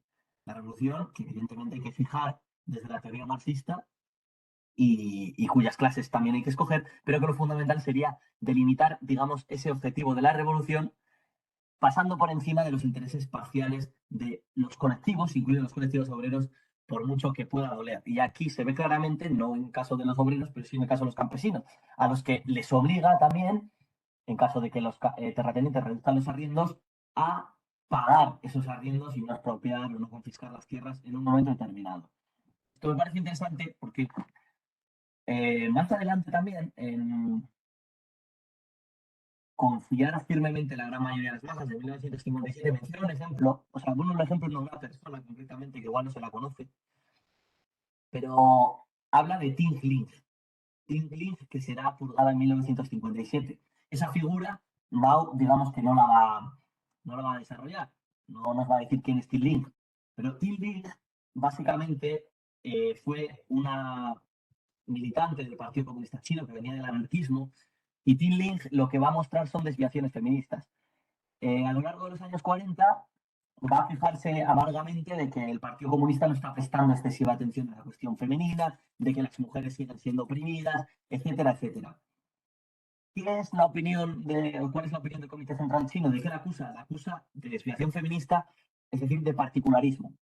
Es decir, de poner por encima de los intereses de la revolución los intereses particulares de la mujer en un momento o en un contexto determinado. Esto es lo mismo. También hubo desviaciones campesinistas que se negaban a llegar a acuerdos con la burguesía nacional o a llegar a acuerdos con los campesinos ricos, etcétera. Cuando precisamente la revolución, para seguir avanzando, exigía mantener unas determinadas alianzas de clase, respetar los intereses de determinados colectivos. Aquí lo mismo. Dinlig lo que plantea es que en una situación realmente patriarcal de la economía campesina China, plantea la necesidad de movilizar a cualquier precio a las mujeres, a cualquier precio, es decir, cargarse de cualquier forma la familia patriarcal china sin comprender realmente los pasos intermedios, transicionales que, que hay que desplegar o que hay que transitar para que la revolución avance y para que pueda ser destruida después de transformar ciertamente las conciencias de las masas esa familia patriarcal, ¿no? Con esto, evidentemente, no quiero justificar que la familia patriarcal haya que mantenerla en cualquier momento, pero sí que hay que saber calibrar. Y esto Mao lo sabe. Mao sabe calibrar. Mao es un estratega. Lo que no sabe, el que no sabe calibrar es, por ejemplo, esta chica, esta mujer, esta militante comunista, no tan comunista, que es Ting Ling, ¿no? De la que se le acusa precisamente de eso, de querer desatar el caos. De eso está hablando, de hecho, Mao, ¿no? Quiere desatar el caos, pero no desatar el caos de forma que contribuya a la revolución, sino de forma que contribuya a la contrarrevolución. Es decir, quiere crear unas secciones separadas de mujeres que van a generar o van a suscitar, digamos, la reacción visceral de los hombres, que pueden paralizar la revolución china de esta manera, en vez de lograr, digamos, un equilibrio de clases, ¿no? A mí esto me parece fundamental, ¿no? Eso en primer lugar. Luego, bueno, si quieres comentar algo a esto. Bueno, brevemente decir que me alegra que saques ese punto, el de los terratenientes, los campesinos, como ambos dos tienen un compromiso. Entonces, el Partido Comunista Chino está del lado de los campesinos, pero para las circunstancias del momento y para cumplir la misión histórica, pues se debe alcanzar un compromiso con los terratenientes, como he intentado señalar yo y como has señalado correctamente tú mismo, ¿no? Que es ese por el cual, pues igual el campesino tiene que llegar a un acuerdo con el terrateniente, de la misma forma que lo tiene que hacer el otro con el campesino. Se consiguen mejoras, pero no las mejoras que se podrían haber conseguido. Y se hace esto para no romper la unidad interna, ¿no? Que es de lo que hablaba, lucha y mantenimiento de la unidad interna, de esa flexibilidad, ¿no? Que cuenta en el texto final. Y un pequeño apunte. Estando de acuerdo, ¿no? Y apreciando tu comentario sobre el Jitin Lee, o Jintin Lee, o como se pronuncie, Sí, sí. tengo que decir que hay una comunidad que no me atrevería a decir que es matriarcal, pero es la última de las últimas comunidades en las cuales no se identifica patriarcado y en las cuales las jefas de familia son las mujeres, que sufrió bastante durante los años 70 y 80. Y bueno, sin más, señalar que efectivamente no se puede permitir ese tipo de actividades, como señalabas tú, pero que tampoco nos podemos quedar en una posición complaciente, y esto se aplica específicamente al nacionalismo español, a la hora de dejar hacer, digamos, a los segmentos reaccionarios de la sociedad, aunque puedan ser mayoritarios. Como mínimo hay que contenerlos y ya enfrentar la lucha contra ellos en el momento adecuado. Eso como mínimo. Pero sí, conforme con lo que dices. Sí, sí, Insisto, lo que no se puede hacer es dejar que, por no confrontar y no generar contradicciones y luchas internas, dejarle escampar y crecer. no, no, no, claro, claro. Yo, de hecho, esto siempre he cogido con pinzas, porque esto es en el contexto político concreto, pero muy concreto de la China de los años 30. Esto desde luego que como no se puede extrapolar de esa manera. Lo único que se puede extrapolar aquí es que primero nos fijamos unos objetivos revolucionarios, en base a eso construimos unas determinadas alianzas de clase y lo fundamental es el mantenimiento de esas alianzas de clase siempre que sirvan a los objetivos de la revolución. Luego las alianzas de clase van cambiando, evidentemente, la revolución socialista, etcétera. Pero hay que mantener ese bloque a través de una hegemonía y esa hegemonía exige, evidentemente, concesiones a ciertos sectores. Y esto yo creo que es muy fundamental. Hoy en día sería muy distinto. Y hoy en día, evidentemente, no podemos tolerar comportamientos machistas de ninguna manera, no podemos tolerar ni siquiera la existencia de la familia o sea, bueno, la familia burguesa, ¿no? Quiere decir, pero estamos hablando de una coyuntura distinta. Aquí tenemos pendiente la revolución socialista. Allí la revolución democrático-burguesa con una familia patriarcal, etcétera, ¿no? En la que, evidentemente, más allá de los prejuicios, existen estructuras económicas que no pueden ser subvertidas de un día para otro. Eso no va en detrimento, por ejemplo, del hecho de que el Partido Comunista de China, evidentemente, concedió todas las libertades políticas a las mujeres en las zonas liberadas y que también avanzó, por supuesto, en unificar incluso sus intereses, reformar también en las prácticas más opresivas como el vendaje de los pies y otras cuestiones fundamentales. ¿Eh? Evidentemente, esto no es carta blanca para hacer lo que quieran, ¿no? Para ser básicamente unos machistas, ¿no? Pero quiere decir que hay que saber contextualizar bien esa época histórica. Esto pasó entre hombres y mujeres y también entre campesinos y terratenientes, etcétera. Simplemente eso. Sí, es lo más importante de estos textos, ¿no? El carácter de ese que diría Mao de la unidad de los contrarios, de su unidad y su lucha interna, ¿no? De encontrar esa flexibilidad sin renunciar a la lucha interna, que es lo rico, ¿no? Que yo creo que tienen estos textos de cara al partido, cómo eso se despliega dentro del partido y en última instancia dentro del gobierno. Bueno, continúa, por favor. Sí, sí, eso es. Yo diría eso. Sí, o sea, en torno a identidad y lucha me parece, o sea, unidad y lucha me parece bastante fundamental. Luego, eh, Vale, otra cuestión que me gustaría comentar en torno al Frente Único y tal, y voy a hacer bueno, voy a vincularlo con la Guerra Civil Española, muy someramente y sabiendo que yo no desconozco pues, los grandes detalles de la Revolución, bueno, la Revolución Española o la Guerra Civil Española, ¿no? Eh, Dos cuestiones, ¿no? Primero, Mao nos dice que en ese contexto hay que subordinar la lucha de clases a la lucha nacional de resistencia al Japón, que ese es el principio fundamental del Frente Único, pero que eso, como ya has comentado, implica o presupone mantener el carácter independiente de los partidos y las clases, su independencia dentro del Frente Único. Es decir, que el Partido Comunista Chino mantenga su independencia dentro de ese frente, ¿no? Bien, yo esto lo he contrapuesto, Pásame la foto. es que lo tengo en el resumen. Está en la No, perdona, a ti página. no, perdona. Ah, Continúa, por favor. vale, yo lo que digo es eso. Y luego más adelante también dice, en algún lado, dice que algunos camaradas aplicaron una política capitulacionista frente al Kuomintang, vacilando respecto a la política de movilizar con audacia las grandes masas para establecer bases de apoyo democráticas antijaponesas en la retaguardia enemiga y ingresar las fuerzas armadas dirigidas por nuestro partido. Vale, estos son dos comentarios que hace. O sea, lo que Mao nos va a trasladar aquí es la necesidad de una independencia ideológica y política dentro del Frente Único con el Kuomintang, de la necesidad de desarrollar nuestras propias Fuerzas Armadas, de la necesidad de arrastrar a las masas y revolucionarlas, es decir, de no sacrificar la alianza o, digamos, la política o la línea de masas hondas frente a la concertación de alianzas con el Kuomintang, etcétera, ¿no? Y yo esto lo quiero contraponer, efectivamente, como ya he dicho, a lo que va a ser el PC, ¿no? ¿En qué sentido? Pues bueno, durante la Guerra Civil, por ejemplo, el Partido Comunista de España va a disolver su ejército, es decir, bueno, básicamente eh, el quinto regimiento dentro del ejército republicano. Durante esta fase de la guerra civil no va a generar sus propias bases de poder, sino que va a mantener básicamente la estructura republicana del Estado burgués. Bueno, va a intentar, no, perdón, va a consumar la unificación de sus juventudes comunistas con las juventudes socialistas. Es decir, el PC lo que va a hacer es renunciar a la independencia durante la guerra civil española.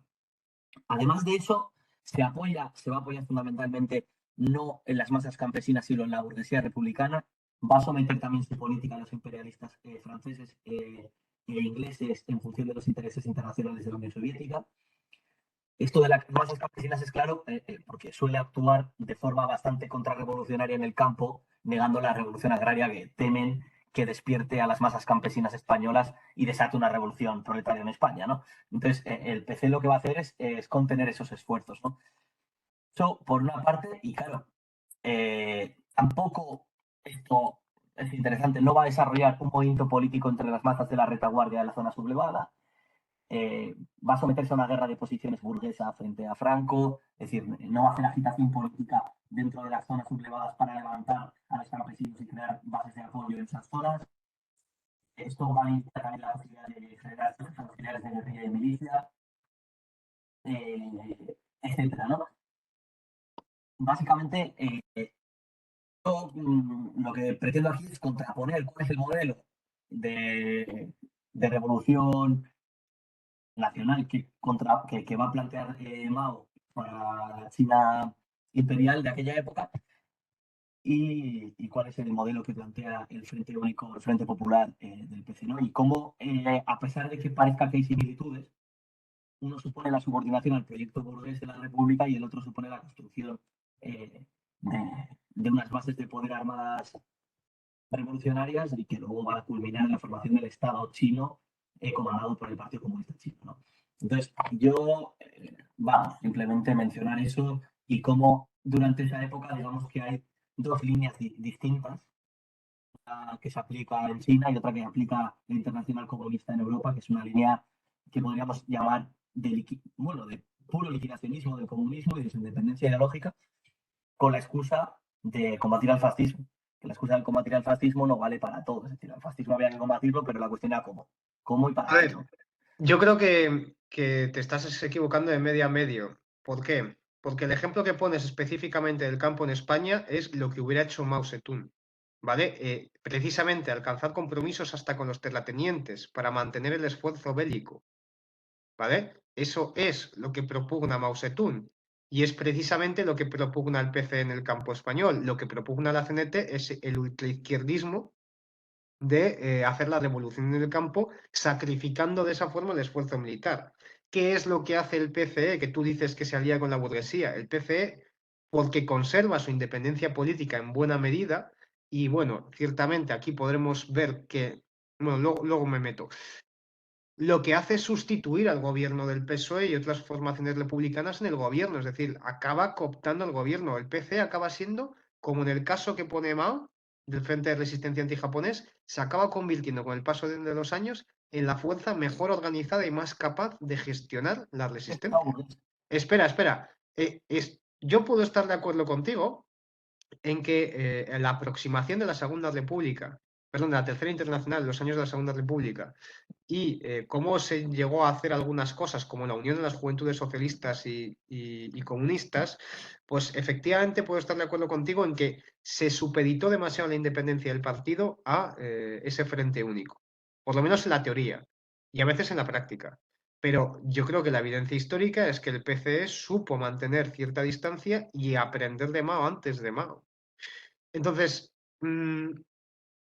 yo creo que te equivocas de medio a medio precisamente por lo que has mencionado del campo. Es que es clarísimo el ejemplo que la doctrina maoísta era la que aplica el PCE y no la que aplican las otras fuerzas revolucionarias, entre comillas, que no son más que ultraizquierdistas que están haciendo el juego a la derecha. Son menos traidores. Y más allá de esto, ¿qué es eso de que la lucha de posiciones es burguesa? Eso es precisamente el dogmatismo que critica en un momento dado Mao en estas páginas. La lucha militar depende de las técnicas que existen en el momento, depende de la capacidad militar. Lo que estamos viendo en el caso particular ucraniano es una guerra de salvas, una guerra de posiciones, de desgaste. La guerra tuvo su periodo de maniobra, ¿vale? Las guerras tienen sus periodos de maniobra, como la Primera Guerra Mundial. Tienen un periodo de maniobra. Pero cuando hay un frente, cuando se establece un frente, ahí ya influye mucho más la técnica, la tecnificación de la lucha armada. Y eso te va variando según las épocas. La posibilidad de hacer una perforación en profundidad, como hacían los soviéticos en la Segunda Guerra Mundial, no existía en la época de la República. No existía porque no existían los medios para llevarla a cabo.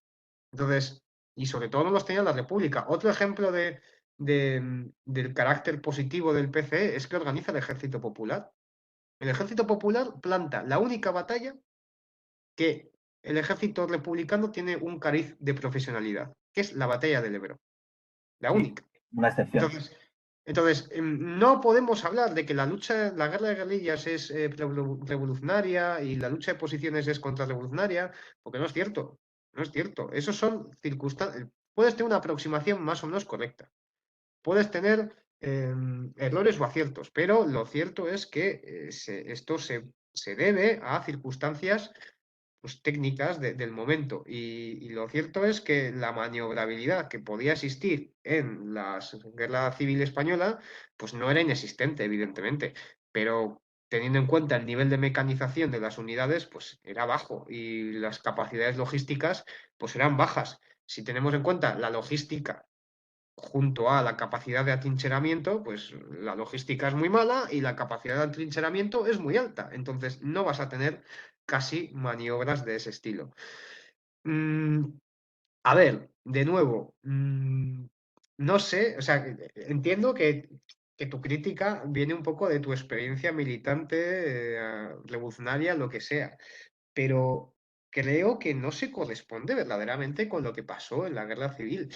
Y sí que estoy de acuerdo contigo en que en la Tercera Internacional, aunque aquí estoy hablando superficialmente, es decir, no tengo un conocimiento profundo y posiblemente me deje cosas en el tintero y cometa errores, pero sí que es cierto que la política de frente único o de favorecer estos frentes únicos de la internacional, la tercera internacional, pues tuvo impactos negativos en distintos países. Uno de ellos, China.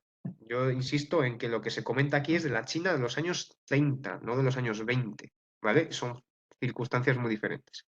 Entonces, no termino de ver que la crítica al PC hay. No creo, porque el PC no se terminó de ascribir a eso. A ver, sí, la unión de las juventudes comunistas y las del PSOE, por ejemplo, eso pues podemos entenderlo como un paso atrás. Sí, a ver por dónde empiezo. A ver, para comprender cuál es la política que aplica el PC en los años 30, hay que comprender cuál es la política de la Internacional Comunista, cuál es la política del Estado soviético en aquel momento, y en eso no se puede comprender, y cómo básicamente la Internacional Comunista ha sucumbido al nacionalismo soviético. Es decir, al nacionalismo en el sentido de que se subordinan los intereses de la Revolución Proletaria Mundial a la existencia a toda costa de la Unión Soviética, frente a cualquier tipo de revolución que pueda haber por alrededor. Esto hace la Internacional Comunista cuando apaga los fuegos, ya terminada la Segunda Guerra Mundial, apaga los fuegos en todos los lados. Allá donde existen partisanos, vamos, o sea, la Internacional Comunista tiene un gran papel en sofocar la revolución después de la Segunda Guerra Mundial. Y ese ensayo de sofocar la revolución está, al igual que la Guerra Civil Española es el ensayo de la Segunda Guerra Mundial, también está en este aspecto en la Guerra Civil Española. Se subordina esa política. ¿Y cuál es la política de la Unión Soviética en aquel momento? Mantener el Estado republicano para mantener la neutralidad, o sea, la neutralidad no, más bien el apoyo de los comunistas, o sea, de los comunistas, de los capitalistas ingleses y franceses que temen que en España se desarrolle una revolución proletaria. Si en España llega a haberse desarrollado una revolución proletaria, podríamos estar hablando de una revolución proletaria desencadenada en toda Europa, por cierto. Esto nunca lo tienen en cuenta aquellos que dicen que no, que si hay una revolución proletaria en España hubiera intervenido Hitler, etcétera, habría que ver qué hubiera sucedido, ¿no? Pero eso es una premisa fundamental. Y luego, evidentemente, otra premisa fundamental es el auge del fascismo, que va a determinar una estrategia política basada en la conciliación con las burguesías nacionales en toda Europa. En toda Europa, pero ¿para qué? O sea, es decir, todo revolucionario se tiene que hacer siempre la pregunta de ¿para qué llegamos a alianzas? Y como yo he dicho antes, hay que determinar para eso cuáles son las tareas objetivas de la revolución. Las tareas objetivas de la revolución en Europa, en esa época, son las tareas de la revolución socialista, y no las tareas democrático-burguesas. Por lo tanto, todo lo que no contribuya a esa revolución socialista podemos tildarlo de una línea derechista, ¿no? En este caso, el mantenimiento a toda costa del Estado burgués republicano no era una decisión que pudiese favorecer la revolución proletaria, sino el engullimiento del partido del proletariado dentro de las dinámicas del Estado burgués republicano. Por eso dices que efectivamente el PC coopta al Estado republicano, pero yo creo que, o sea, en cierta medida sí, pero la lógica es justo la contraria. El Estado republicano absorbe al PC, porque el PC es la extrema izquierda de la burguesía. La extrema izquierda de la burguesía que es capaz de mantener a flote ese Estado que, por cierto, se está cayendo en pedazos y si no había que mantenerlo. Eh, De hecho, pero no había que mantenerlo no en el sentido izquierdista de hacer la revolución por la revolución. Es decir, evidentemente una vez que hay un alzamiento militar franquista hay que ganar la guerra, pero la cuestión aquí es que la guerra solo se podía ganar haciendo la revolución. Porque tú cuando no movilizas a las masas campesinas, esto no es como en China. En China, como he dicho antes, la premisa para la alianza con los terratenientes en una determinada época es que los campesinos son movilizados de forma revolucionaria en el frente contra las bases japonesas. En España no se moviliza el campesinado de forma revolucionaria frente al Estado franquista gracias a la política agraria del PC, sino lo contrario. Básicamente se lo endormece en todo el Estado. Las líneas, como ya he dicho antes, las líneas del enemigo sublevado nacional, las líneas de retaguardia, prácticamente no existe agitación política. No existe agitación política porque el PC vive con miedo de levantar a las masas. Y ese es el problema. Y por eso, en este sentido, la guerra de posiciones es una guerra burguesa. No porque la guerra de posiciones en cualquier circunstancia sea burguesa. Yo no quiero decir que la guerra de posiciones no sea necesaria. Pero ahora bien, el PC no complementa esas guerra de posiciones con guerras de guerrillas. Y eso sí que es grave. Es decir, evidentemente la línea militar es o proletaria o burguesa, no todo es técnica. Eso es fundamental. O sea, quiero decir, yo creo que es una lección histórica que no podemos subordinar toda la técnica. La línea proletaria, la línea política proletaria tiene también una traducción militar. Esa traducción militar es arrastrar masas al movimiento revolucionario a través de las armas. En este caso, si tú estás aplicando una política de ejércitos profesionales, excepto en situaciones esporádicas que has mencionado, como el Ebro y alguna más, si tú estás aplicando esa forma de conducción de la lucha armada, básicamente lo que estás haciendo es no levantar a las masas, sino plantear dos ejércitos, uno burgués y el otro, bueno, burgués fascista, por así decirlo, que se enfrentan. En ese sentido, únicamente ceñirse al uso de la guerra de posiciones, además después de haber destrozado lo que es el tipo de regimiento, pues supone subordinar la táctica proletaria a la táctica burguesa de los ingleses y de los franceses, ¿no? Yo creo que, teniendo en cuenta encima, aparte que no he mencionado, de dónde proviene el PC, que es un partido muy, muy débil en los años 30, con muchísima debilidad ideológica, porque aquí no arraiga el marxismo, que eso hay que recordar. Digamos que el marxismo arraiga en el 36 porque hasta entonces básicamente el PC ni existe, tiene unos brotes de militantes mínimos. Yo creo que teniendo en cuenta esa debilidad ideológica, el hecho de que el Partido Comunista creciera de forma masiva, de forma cuantitativa, se debe a que efectivamente reemplaza al Estado burgués, que no puede reconfigurarse a sí mismo, y lo que hace es reconstruirlo, A ver, reconstruir a la Adrián, revolución. a ver, una cosa, estás mezclando y bueno, ya nos hemos ido del tema, pero vamos a ver. Porque es que estás diciendo unas cosas que no son así, no son así. El Partido Comunista de España casi no existe hasta el 34. El 34 son los únicos que reivindican la revolución. Y eso les hace ganar mucha fuerza militante. Pero cuando se da el golpe de Estado sigue siendo un partido incapaz de tomar el poder. La idea que planteas de la revolución, la guerra solo se puede ganar con la revolución, es una falsedad. Una falsedad que es precisamente lo que hubiera criticado Mao Zedong y lo que tú has criticado anteriormente con Jitin Lin, o como se diga. O sea, es precisamente despistar por el ultraizquierdismo a los recursos y la movilización necesaria. Que no hubo movilización en el campo, que no hubo propaganda política del PCE es falso de nuevo. El PCE va a ganar mucho poder durante la guerra precisamente por el prestigio que se va a ganar entre las masas. Tercero, tú, un ejército, no depende de cuánta gente tienes, sino de cuánta gente puedes armar, amunicionar y alimentar. ¿Vale? Entonces, los rusos pueden tener millones de ciudadanos, 140 millones de ciudadanos, pero pueden armar, amunicionar y alimentar, no llegan al millón. Entonces, no pueden movilizar a más de 1 millón de hombres, ni mucho menos. Esto le sucede lo mismo a la República. Y Es que, me mezclas cosas porque efectivamente, cuando se produce el golpe, hay una negativa por parte del gobierno burgués de la República, el gobierno saliente, que es que eso es lo que la gente se olvida, el gobierno saliente, que tiene una negativa a movilizar al pueblo, a armarlo y a llevarlo en contra de los golpistas. ¿Cuál fue la región con gran presencia de supuestamente ideología anticapitalista que cayó como un rayo?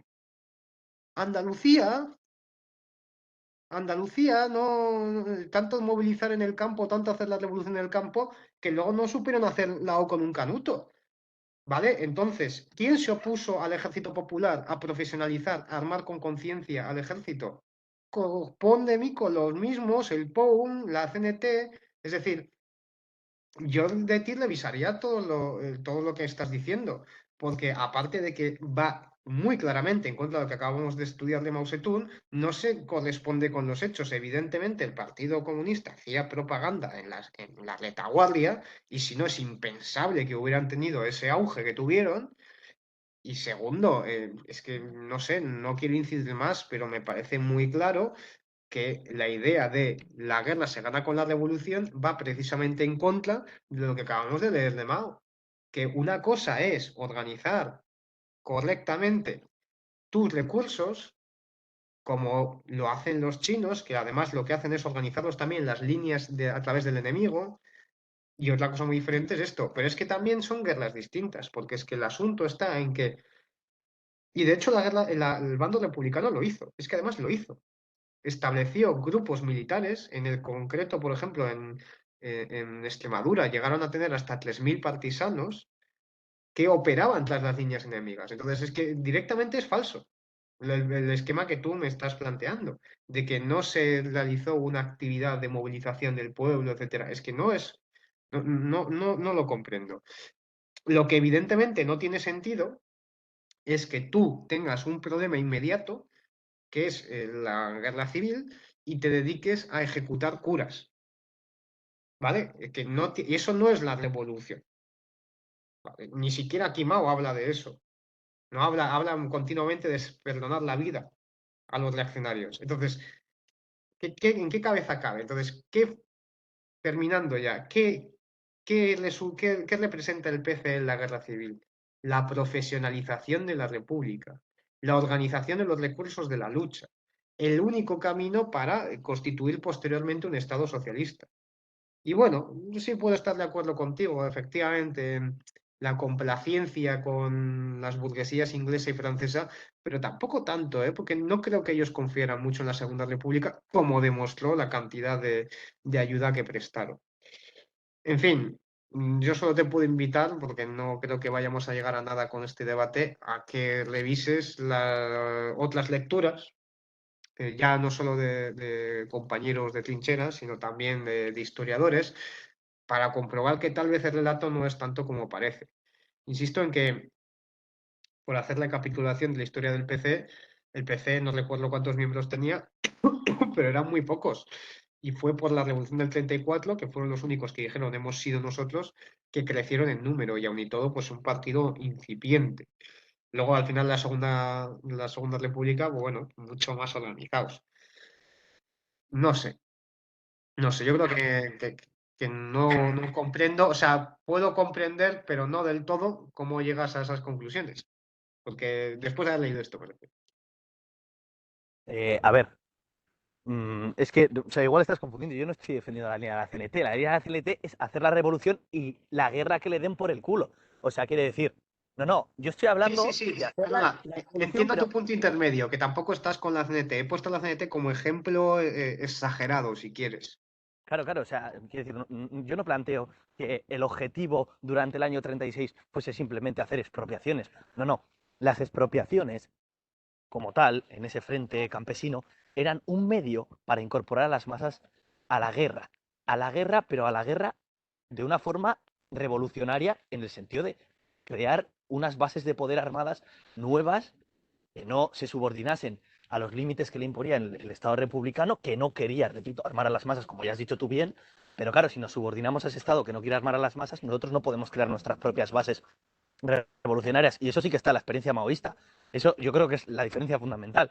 Es que se crean bases de apoyo revolucionarias en todos los lugares, independientes del propio partido.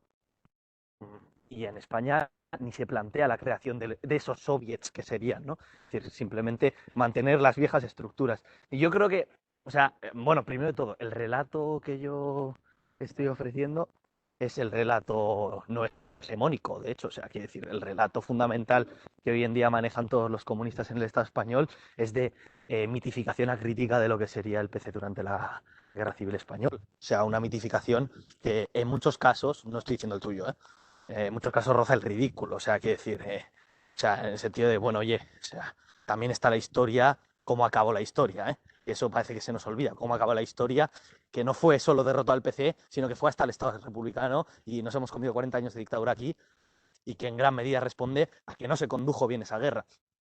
Entonces, yo el relato que planteo no es el relato de la CNT, pero ni mucho menos tampoco es el relato del PC. Eh, yo creo que lo que has dicho acerca de que el PC profesionalizó el Estado republicano es parte de la clave, precisamente, de esa derrota. O sea, no en el sentido de profesionalizar, sino en el sentido de que lo que hace el PC es recoger los pedacitos de ese Estado para recomponerlo. Pero recomponer el Estado republicano en ese momento era un error. Esa es la clave. Recomponer un Estado que está ya muerto y que no solo estaba muerto, sino que solo podía, de ahí solo podía emerger un Estado burgués como tal, que con un Estado burgués no se puede hacer una guerra revolucionaria, eso partiendo de esa base marxista, ¿no? De que para hacer la revolución hay que destruir al Estado burgués. Yo creo que podemos entender un poco cuál es mi postura aquí, ¿no? Pero no pensaba que iba a suscitar tanta polémica esto. Hombre, mira, creo que con esto podemos cerrar un poco el tema. Por un lado, no estoy de acuerdo con lo último que has dicho, precisamente por lo que decía el texto. Al final hay revoluciones que son democrático-burguesas y yo creo que el paso primero que se da es que es el caso mismo que el de China. Primero haces la revolución democrático-burguesa y cuando llegues expulsas al invasor te puedes dar el lujo, por decirlo de alguna forma, de la proletaria. Pero bueno, tienes tu razón. por ejemplo, las bases populares de China no es comparable porque son guerras distintas con tecnologías y capacidades distintas, pero sí que es cierto que, por ejemplo, en el caso de Euskadi, cuando no se destruyen las fábricas en Bilbao, cuando cae Bilbao, eh, y otro tipo de jugarretas que hicieron los nacionalistas, pues claro, ahí si el PC hubiera tenido más control sobre la situación y ese control, pues en ese sentido de pequeños soviets, por decirlo de alguna forma, ¿no? De ese vínculo con las masas para poder ejercer el papel histórico, pues evidentemente se hubieran conseguido mejoras. De todas formas, es que el gobierno saliente no moviliza a la gente, no da armas al pueblo y se pierden meses cruciales. Eso ya fatal. El nuevo gobierno sigue siendo lo que dices tú, un gobierno burgués que tiene que llegar a pactos con nacionalistas, con tal, con cual. El problema que yo creo que existe es que no había muchas mejores alternativas. Quiero decir, yo no creo que el PC juegue un mal papel, sino que simplemente no tiene otro papel que jugar, porque no son muchos y aunque luego van creciendo, para cuando son capaces ya de tomar el control, que es lo que tenían que hacer, ya llegan tarde. Y no es que tomen el control de un aparato burgués, sino es que ya quiero decir, porque yo creo que la crítica que podemos hacer es que precisamente la Segunda República no pudo triunfar porque su carácter burgués le obligaba a tener una serie de pactos y alianzas que hacían insostenible la guerra en buenos términos. Y bueno, yo creo que por ahí puede haber un poco de tanto concordancia entre tú y yo como de realismo, ¿no? De decir, joder, es que si hubiéramos tenido una clase obrera más organizada y más concienciada, pues hubiéramos podido aprovechar mejor los recursos y gestionarlos mejor. Y también hubiéramos profesionalizado el ejército antes, no hubiéramos tenido que esperar a la batalla del Ebro, que era ya una batalla desesperada. Bueno, pero ciencia ficción al final. Historia ficción, ficción, perdón. Sí, hombre, pero yo sí que creo que las masas campesinas y obreras españolas estaban muy dispuestas a dar la vida por una revolución, ¿eh? O sea, creo que en ese aspecto lo que faltó fue el aspecto subjetivo, porque el aspecto objetivo, o sea, España era el eslabón débil de toda la cadena europea, diría yo, en aquel momento. Entonces, o Sí, sea, quiero sí, decir, sí, sí, pero yo lo que te digo es que no fue tanto culpa del PC como incapacidad, que no es lo mismo. O sea, una cosa es culpa porque no tomas la acción que debes tomar. Incapacidad es que directamente tú no controlas a las masas en Andalucía, por ejemplo, y entonces pues, Andalucía va a ser un caos y va a caer en 2 días. Y hombre, por ejemplo, no lo tengo claro, pero igual hubiera sido no lo tengo claro porque igual hasta lo hicieron, ¿eh? Igual hasta lo hicieron. Hubiera sido una medida muy buena la de, en cuanto comienza el golpe, asaltar a armerías y empezar a organizar lo que luego fueron milicias populares sin esperar al visto bueno del gobierno republicano. Y esto gobierno saliente todavía, es decir, hacerle tú otro golpe, ¿no? Digamos, al gobierno saliente. Eh, Eso igual, pues no sé si lo hicieron, si hubiera sido posible, pero bueno, son ejemplos de que igual, mira, eso sí se podía haber hecho mejor tal vez, pero que es que como ya ha pasado. no, si ya ha pasado, está claro que perdimos, pero quiero decir, quiero decir, se podrían haber hecho mejor las cosas, sí, yo creo que las que habían eran limitaciones ideológicas y estratégicas, en el sentido de lo que he dicho, de la contradicción entre la revolución proletaria y la Unión Soviética, etcétera, muy arraigadas ya y muy difíciles de superar, y más difíciles de superar en un estado en el que, bueno, en un partido más bien en el que pues, no se caracterizaba por unos cuadros ideológicos de la hostia, como había sido el bolchevismo, que ya hemos visto que se forja durante 15 años luchando contra todo tipo de corrientes. Aquí en España, pues bueno, se forma en el 21 con un acuerdo y pues no se caracteriza precisamente por ser muy potente ideológicamente. Yo creo que esto lastra mucho también. Yo, estando de acuerdo con eso, el único pero que te podría poner es que el seguidismo del PC hacia la Tercera Internacional está sobrevalorado. Es decir, aquí no hubo tanto seguidismo como a veces se plantea. Pero efectivamente, la Tercera Internacional tuvo unos sesgos negativos por parte de la Unión Soviética, claro. Y por eso fracasó. Pues sí, nada, yo tenía varias cosas más, pero no, o sea, bueno, aparte de que hemos terminado, ya he tenido que marchar de casa, o sea que no, no puedo Bueno, comentar. Que lo más eh, fundamental era esto, yo creo. sí, bueno, del tema maoísta, del maoísmo, perdón, de Mao, perdón, de estos textos, no sé si hay, bueno, entiendo que la grabación se cortará, la tendremos que cortar cuando empezamos a hablar de España, Pero, pero no sé, me tengo la sensación de que aquí había más que rascar y que el hecho de que hayamos estado dos, pues no ha dado para tanto. Pero bueno, estará bien echar un vistazo a esto. Y sobre todo lo que te invito, más que a ponerte a mirar la historia del PC y demás, es mirar la China. Ya te voy a mandar el TFG y demás porque hay un meollo ahí curioso, cuanto menos curioso. Y yo sí que creo que precisamente por estas lecturas de la cuestión del partido, que a mí me han vuelto a clarificar la importancia, esto que tú mencionabas, que mencionaba yo también, de la consciencia histórica de la clase trabajadora, que igual tiene que negar sus propios intereses inmediatos en favor del papel que debe cumplir históricamente. Yo creo que ahí, ostras, podemos tener un ejemplo interesante del Partido Comunista Chino, de negar unos intereses inmediatos por el objetivo ulterior. Bueno, tú, si eso, pásamelo y lo de Michael Roberts, o eso no tienes algo. ¿Tienes Sí, algo no, de eso? tengo los tres, porque son dos de Michael Roberts distintos. Uno habla de economía y en otro habla de la estructura interna del Partido Comunista Chino. Y luego, pues es el TFG, que es de 2018, si no recuerdo mal. Y básicamente lo que hago es analizar la economía china. Yo la conclusión que llegué, o que llegué un poco más tarde, es bueno, que una cosa es el modelo económico y otra cosa es quién gobierna, cuál es el modelo político, que no es lo Sí, mismo. sí, sí. Claro, claro, la direccionalidad de clase, como quien dice, ¿no? Evidentemente. Claro, claro, porque al final la nueva política económica se parece bastante a lo que empezaron a hacer los chinos, que luego, bueno, ya lo verás porque ya lo verás. Nada, Dean, al final muy bien haber hecho esto ahora y no esperar. Pues nada, majo, ya estamos y vamos a